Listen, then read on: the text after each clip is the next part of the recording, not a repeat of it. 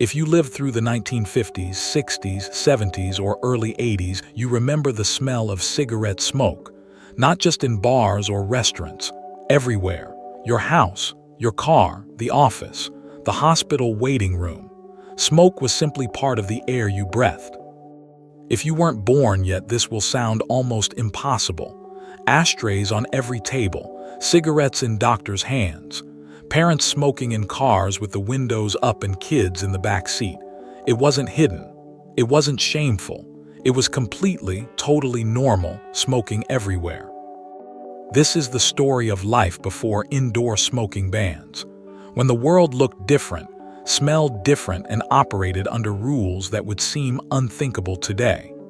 This is what it was really like before the laws changed and the culture finally shifted. In this video, we're traveling back to a time when cigarettes were part of daily life in ways that are hard to imagine now.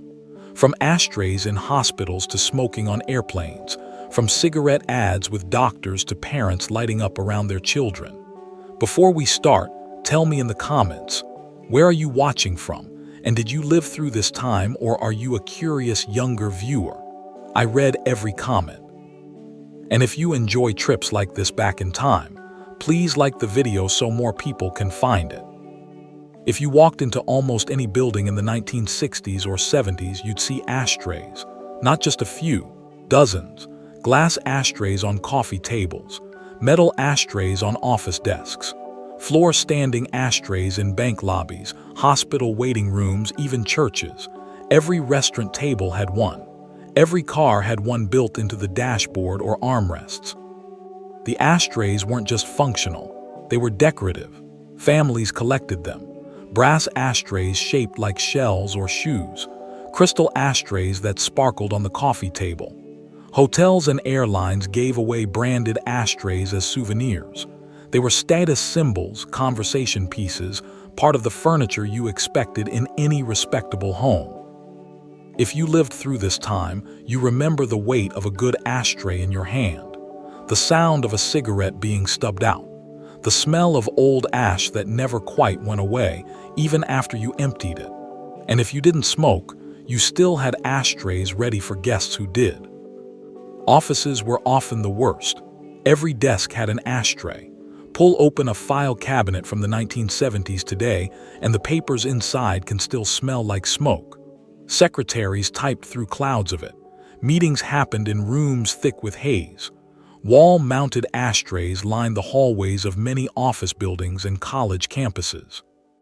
If you're younger, imagine trying to work, eat, or relax while surrounded by smoke. For people back then, it wasn't something they thought about. It was just the way the world smelled, the way it looked, the way it was. In the 1950s and 60s, cigarettes weren't seen as dangerous.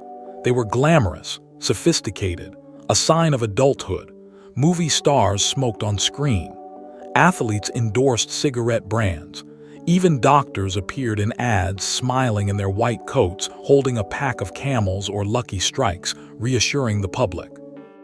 The ads were everywhere: billboards, magazines, television, radio. More doctors smoked Camels than any other cigarette, one famous campaign claimed. Another showed a dentist recommending a specific brand for throat comfort. These weren't fringe ads.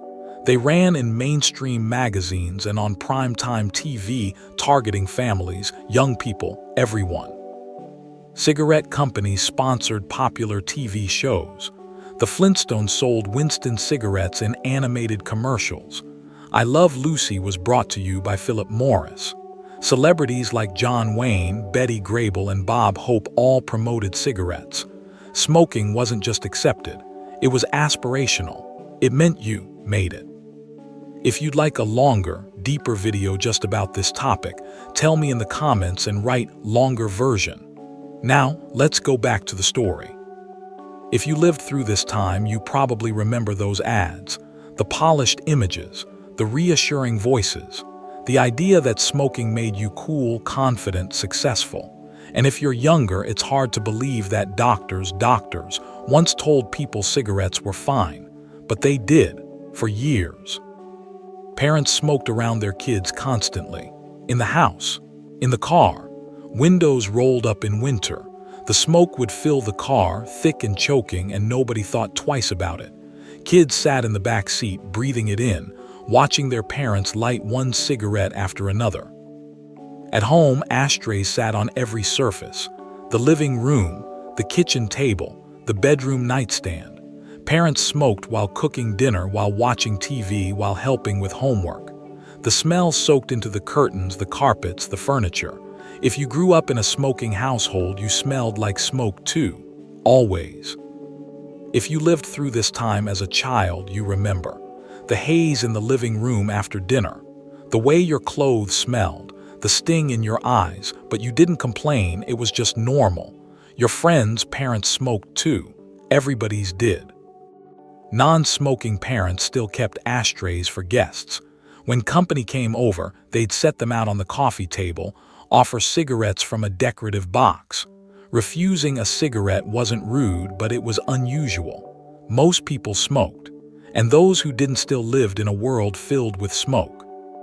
Today, smoking around children is seen as harmful, even negligent. But back then, almost no one talked about secondhand smoke. The term didn't become common until the late 1970s. Parents weren't trying to hurt their kids. They simply didn't know, or if they did, the warnings felt abstract, distant, easy to ignore. Airplanes had smoking sections. Rows of seats on one side of the plane for smokers, rows on the other for non-smokers, as if smoke respected an invisible line in the aisle. Ashtrays were built into every armrest. Flight attendants handed out free cigarettes. The cabin filled with haze during long flights. If you flew in the 1970s, you remember the smell and the stale air. The ashtrays half full of butts from previous flights that nobody had bothered to empty. In the United States, smoking on many domestic flights wasn't banned until the late 1980s, and only much later on almost all flights. For decades, people smoked at 30,000 feet. Hospitals could be just as bad. Doctors and nurses smoked in hallways, in break rooms, sometimes even near patients. Hospital waiting rooms had rows of chairs flanked by ashtrays. You'd sit there, sick or worried, breathing in smoke. It didn't matter that it was a place meant for healing. Offices were no better. Every desk had an ashtray. Meetings happened in smoke-filled conference rooms. Secretaries sat at their typewriters, cigarettes burning in ashtrays beside them. By the end of the day, the air was thick. Paper smelled like smoke. Clothes smelled like smoke. Everybody smelled like smoke. If you're younger, this probably sounds insane. Smoking in a hospital, on an airplane, at your desk. But for people who lived through it, that was just work. That was just travel. That was just life. The smoke was always there, surrounding everything. In 1964, the U.S. Surgeon General released a report linking smoking to lung cancer. It was a turning point, but change didn't happen overnight. Cigarette companies fought back. They introduced filters, claiming they made cigarettes safer. They continued advertising, and people kept smoking, millions of them. By 1966, cigarette packs in the United States had to include a warning label, "Caution, cigarette smoking may be hazardous to your health." The wording was weak, almost polite. Later warnings got stronger, more direct. But for years, many smokers ignored them. They'd been lighting up for decades. One little label wasn't going to change that.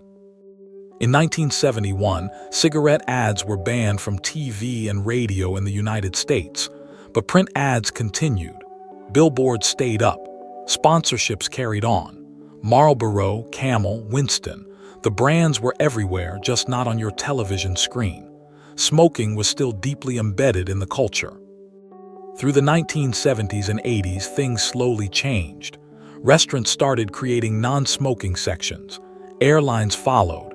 Workplaces began restricting where people could smoke. The momentum built gradually. By the 1990s and 2000s, comprehensive indoor smoking bans became the norm. Bars, restaurants, offices, all smoke-free. Today, smoking indoors is banned in most public places in many countries. Smoking rates have dropped dramatically. The culture has shifted completely. But if you lived through the earlier era, you remember a different world. A world where smoke was everywhere, and almost no one thought it was strange. This was life before smoking bans, before warnings were taken seriously, before people fully understood the damage. Smoking was glamorous, normal, unavoidable. It filled every room, every car, every public space. For the people who lived through it, the smoke is a memory that never quite fades. Thank you for walking back in time with me. Tell me in the comments, what surprised you the most, and what did you enjoy remembering from your own life? And if you want a full 30 to 40-minute version of this story, let me know as well.